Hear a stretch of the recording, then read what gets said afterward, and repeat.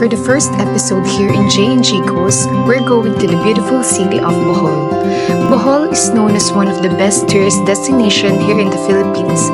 It offers a unique and diverse experience from its majestic land formation, crystal clear beaches, historical churches, picturesque river, and thrilling but exciting adventures. Personally, I'd call it an all-in-one island. So, if you're looking for a trip where you can experience this, then Bohol should definitely be on your list. And in this video, I'll show you why.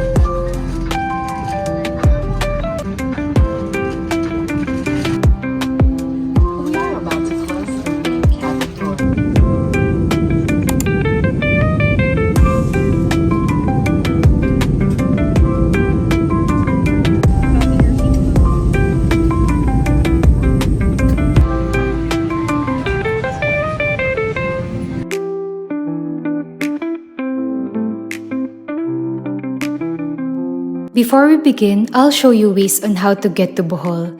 If you're like us traveling from Manila, you can fly to Bohol with Sebpac, AirAsia or Philippine Airlines.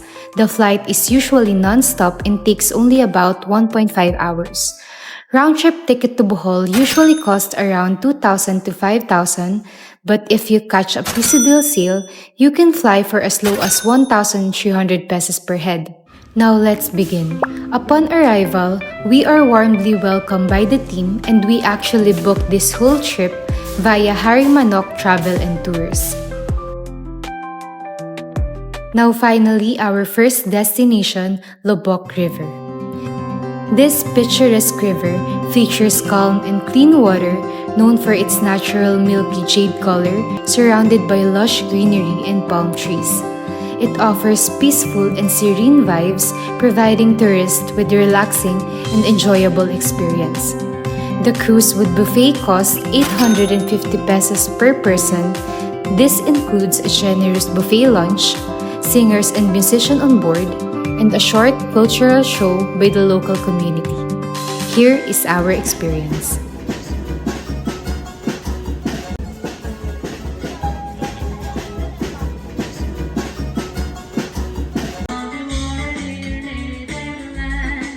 This is the land of the golden sun.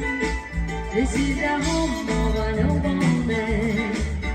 We wish you all becoming the Roman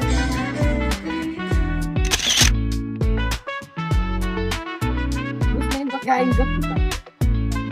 Kasi kumain.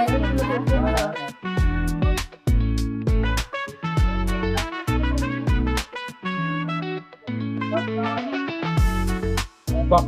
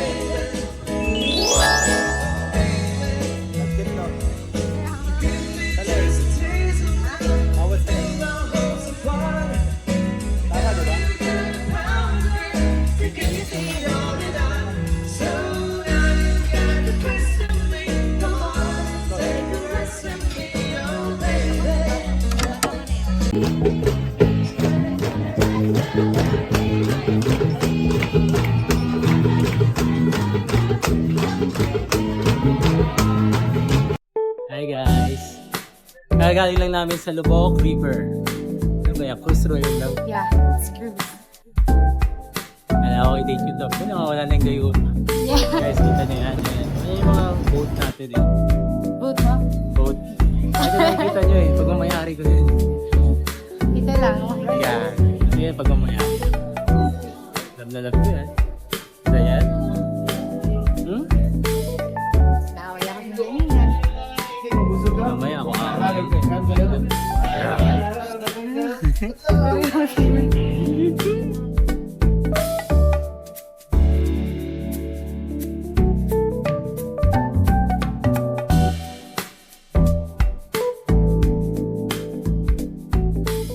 After a good lunch, we are now headed to Tarsier Sanctuary. It is where you can see and visit the second smallest primates that are mostly found in Southeast Asia, the Tarsiers. Did you know that most Tarsiers are just the size of a human's pinky finger?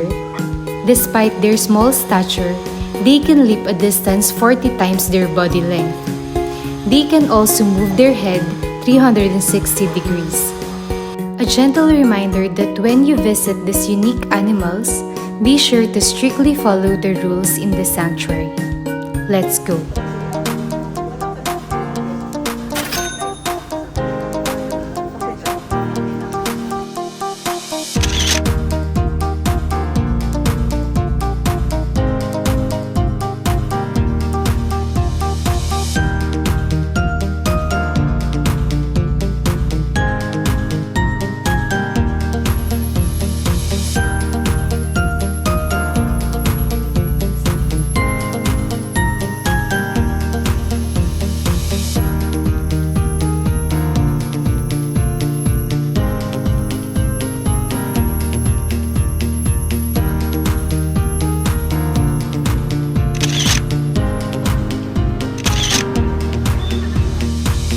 On our way to the famous Chocolate Hills, we stumbled by the ATV rentals along the road.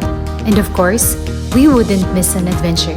So, without further ado, let's have a ride. I keep waiting for you to call. I'm thinking that I'm gonna need a miracle. Wasted again, I tell my friends I'm feeling like you're coming, cause I feel the sun.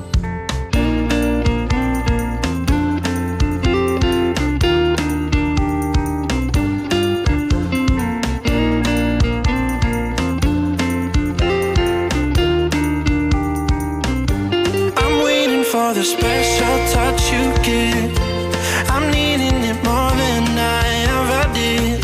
I don't wanna be a sacrificing love. Before you I will.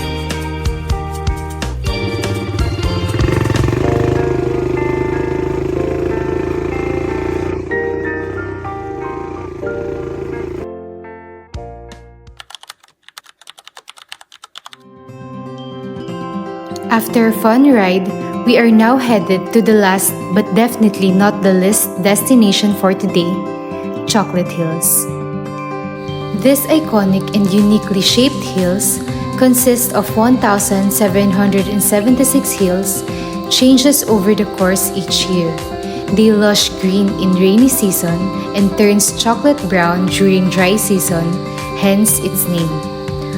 Honestly, can't think of a word that would give justice to how beautiful these hills are, but safe to say that they are only one in this world.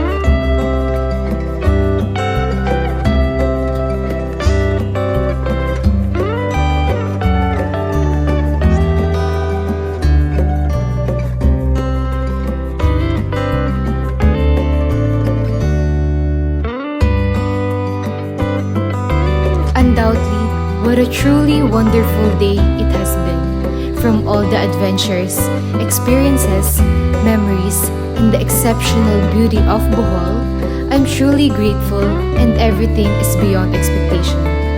Day 1 done, and I couldn't be more excited for the next episodes to come. Thank you for being with us. We'll see you in the next one.